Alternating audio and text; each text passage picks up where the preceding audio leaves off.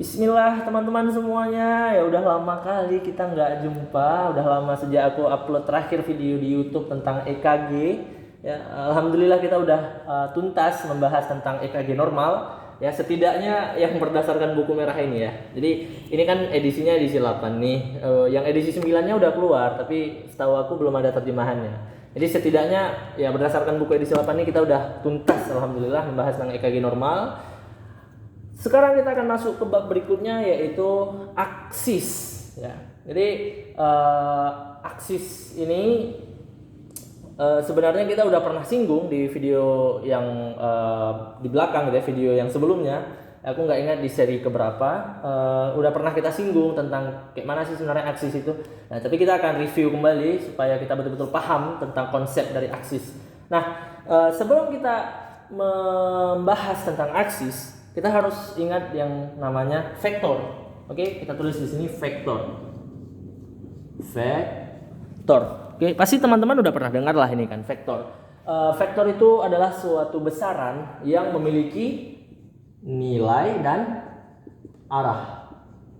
Oke, jadi dia punya nilai, dia juga punya arah. Maksudnya gimana punya nilai dan arah? Ingat, pada jantung ketika terjadi depolarisasi maupun repolarisasi akan ada aliran listrik gitu kan. Nah, listrik ini kan punya suatu nilai dia yang kita ukur nilai listrik atau seberapa kuat listriknya. Itu kan kita bisa ukur itu. Ada nilai dari si listrik yang dialirkan pada jantung. Nah, diukurnya dengan amplitudo, dengan voltase, seberapa besar tegangan listrik yang dihasilkan. Nah, kita udah pernah bahas ya amplitudo, jadi aku nggak perlu ngulang lagi. Nah, itulah nilai yang dimaksud di sini. Nah, kemudian selain nilai, vektor yang namanya vektor, semua vektor itu pasti memiliki arah juga deh. Nah, ingat dalam konteks ini kan kita lagi membahas vektor listrik. Ya, ingat vektor itu nanti ada vektor gerak, ya vektor yang benda yang bergerak, ya kan? Dia punya nilai kecepatan dan punya arah sama. Nah, kalau vektor listrik nilainya tadi yang tegangan atau amplitudonya, sementara arahnya ya arah aliran listrik itu ke arah mana? Simpelnya kayak gitu aja. Artinya ingat kan kita sebelumnya udah bahas kayak mana listrik itu dialirkan dari SA, kemudian tersebar dia ke atrium kiri, kemudian ditahan sebentar di nodus AV, kemudian dia disebar melalui melalui bundle office, kemudian di percabangan ini sampai dengan serabut Purkinje dan tersebar ke segala arah gitu. Kan ada arah dari aliran itu. Nah, jadi inilah yang kita sebut dengan vektor listrik pada jantung gitu. Oke. Nah, sekarang coba bayangkan ini kan terjadi depolarisasi aja ya. Supaya gampang kita ngambil contoh ketika terjadi depolarisasi ventrikel. Oke, kita ambil contoh depolarisasi ventrikel aja. Khusus depolarisasi ventrikel. Jadi bayangkan sekarang ini listriknya udah disebar dari SA, udah sampai ke sini ya. Udah sampai sini deh. Nah, ketahan di sini bentar kan, ingat ya kan, supaya masuk dulu habis darahnya dari atrium ke ventrikel untuk dipompa kemudian. Nah, begitu si AV melanjutkan impuls listriknya, dia akan turun gini kan. Nah, ini apakah dia hanya turun melalui kabel merah yang aku gambar ini atau jalur konduksinya si jantung ini? Apakah hanya lewat situ, lihat kemari, kemudian sampai kemari. Jadi yang kosong-kosong ini nggak ada gitu. Yang ini kan jangan lupa ya, ini otot jantung nih, ya. Ya, ini serabut Purkinje di dalam otot jantung kayak gitu. Nah, otot jantung itu kan depolarisasi juga dia. Masa ototnya kontraksi tiba-tiba tanpa ada perintah dari listrik jantung tadi? Ya, artinya apa? Ingat bahwa listrik pada jantung ini tersebar ke seluruh otot jantung. Ya, pada akhirnya dia akan tersebar. Artinya arah listrik itu nggak hanya mengikuti kabel ini, tapi di antara-antara ini nanti dia ada percabangan yang nggak mungkin kita gambar satu persatu, kawan-kawan. Jadi nanti ini ada yang kemari, ya kan? Ada yang kemari. Intinya dia tersebar ke segala arah supaya semua otot jantung itu terdepolarisasi dan akhirnya bisa memompa darah gitu ya. Ini kita fokus sekali lagi di ventrikel aja. Ada yang kemari, ada yang kemari, ada yang kemari, ada yang kemari. Ya, banyak. Kalau kita mau jujur sebenarnya kita nggak bisa bilang berapa jumlah vektor atau aliran listrik yang dimiliki oleh si ventrikel ini ketika terjadi depolarisasi. Ya bisa berjutaan, mungkin miliaran, ya kan? Karena kita nggak bisa menghitung itu. Kita nggak tahu ke arah mana aja. Sel itu sangat kecil gitu. Nah, si EKG, mesin EKG yang kita bahas selama ini dia nggak bisa membaca vektor ini ada berapa banyak gitu. Dia cuma bisa melihat hasil akhir, ya nggak? Dia cuma bisa melihat kayak mana sih hasil akhir dari depolarisasi ventrikel itu ketika terjadi, ke arah mana gitu vektornya. Ini kan vektor punya nilai dan arah, ya kan?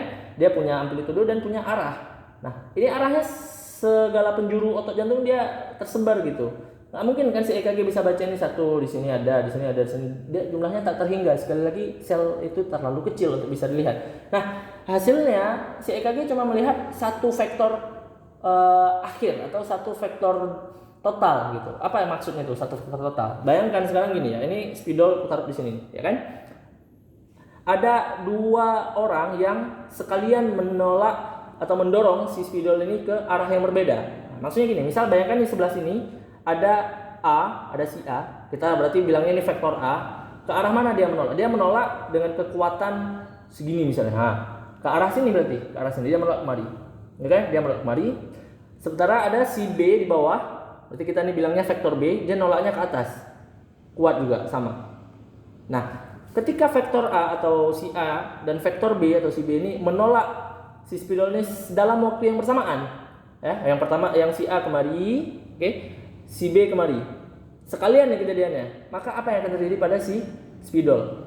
Ya, bayangkan, jadi istilahnya si EKG dia nggak mungkin kan bisa baca ini satu, dia bacanya gimana? Si EKG akan melihat spidol ini bergerak ke arah sini, ya nggak? Kan bayangkan nih sekalian nih, satu kemari, lurus ke kanan, satu ke atas.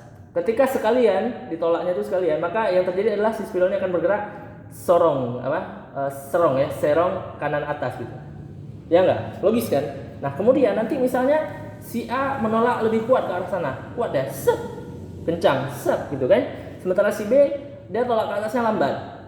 Lambat kali. Maka yang terjadi nanti si spidol akan bergerak serong ke kanan juga, serong atas kanan. Nah, gitu ya. Tapi dia lebih kuat, lebih condong ke kanan karena si vektor A tadi nolaknya lebih cepat ketimbang si B. Jadi gini nanti. Ya. Nah, kalau kita balik, sementara si vektor B misalnya nih yang nolak ke atasnya lebih kuat, set, kencang deh. Sementara si A, vektor A ini dia ke kanan tapi lambat kali, lambat, gitu kan? Nah, maka hasil akhirnya adalah dia akan serong kanan atas juga sekali lagi sama, tapi condong ke atas ketimbang ke kanan. Nah, gini deh. Ya, ini aku manual kali bikinnya karena nggak sempat ngediting gitu, aku nggak sempat. Oke, jadi si EKG sekali lagi hanya bisa membaca hasil akhir. Nah, kita sebut hasil akhir ini dengan ini kan ada vektor 1, vektor 2, vektor 3, 4 dan seterusnya. Banyak sekali vektor-vektor di sini dan kita nggak mungkin hitung satu persatu gitu. Bisa jutaan, kita nggak tahu. Oke. Dia atau si EKG hanya bisa membaca vektor akhir. Nah, kita sebut vektor akhir itu dengan vektor rata-rata. Oke, jadi vektor rata-rata. Vektor rata-rata. Nah, hasil akhir atau vektor rata-rata ini kan adalah gabungan dari semua vektor-vektor ini. Ya, tadi kita udah kasih contoh seandainya ada dua vektor gitu, satu kemari, satu ke atas, gitu kan. Seandainya ada banyak vektor ya nggak mungkin lah kita coba kayak yang tadi ini gitu. Ini hanya untuk permisalan supaya teman-teman paham dulu konsepnya gitu, prinsipnya. Nah, sekarang kita kembali ke sini. Ini kan banyak nih vektornya, ya kan? Ingat, sebanyak apapun vektor listrik yang ada pada jantung ketika terjadi depolarisasi ventrikel, otot ventrikel kiri lebih kuat dari otot ventrikel kanan. Kenapa? Karena dia butuh tegangan yang lebih besar untuk bisa memompa darah ke seluruh tubuh ketimbang si ventrikel kanan yang cuma memompa darah ke paru. Ya kan? Organ yang dituju itu lebih banyak gitu dan dia jaraknya lebih jauh ketimbang si paru, ke kaki, ke otak, ke semuanya. Jadi dia butuh tegangan lebih besar. Makanya nanti vektor rata-rata, nah kita udah bahas tadi, dia akan condong ke kiri bawah. Nah, ini dia. Nah, ini adalah vektor rata-rata dari depolarisasi ventrikel. Oke, jadi lebih condong ke kiri ketimbang ke kanan gitu. Karena normalnya kiri itu harus lebih kuat memang supaya biar bisa memompa darah ke seluruh tubuh. Oke, nah ingat vektor memiliki nilai dan arah. Nilainya jelas lebih besar ke arah kiri gitu kan. Sehingga arah dari vektor rata-rata inilah yang kita sebut dengan aksis. Oke? Nah, ingat kita ini hanya membahas depolarisasi ventrikel. Sehingga ini sebenarnya kita aksis depolarisasi QRS. Ya, ketika terjadi depolarisasi ventrikel, gelombang muncul di EKG itu gelombang apa? QRS ya. Oke, jadi kita sebenarnya hanya membahas aksis depolarisasi QRS ya. Kalau mau jujur sebenarnya ada aksis juga, ya kan? Listrik ini kan nggak cuma terjadi ketika depolarisasi, ada aksisnya gitu. Ketika nodus SA mencetuskan listrik ke arah atrium, ke arah atrium kiri dan tersebar ke seluruh atrium atau terjadi depolarisasi atrium, ya. Kalau di gelombang EKG berarti gelombang P gitu kan. Nih gelombang P, ya dia punya aksis juga lah berarti kan. Ya dia punya arah juga. Arahnya apakah kemari gitu kan? Kita kan nggak tahu, atau lebih kuat kemari gitu. Ya bisa berubah-ubah tergantung pada si pasien gitu. Nah cuma yang kita fokuskan ya selama kita membaca EKG, kita fokus pada depolarisasi ventricle atau aksis pada depolarisasi atau gelombang QRS. Oke? Nah, nanti ini yang lain itu nice to know, ya nggak wajib tapi ya. Yang wajib itu sekarang untuk depolarisasi ventricle. Nah untuk repolarisasi juga ada ya kan? Kan arahnya nanti kebalik deh ya. Kemari ya.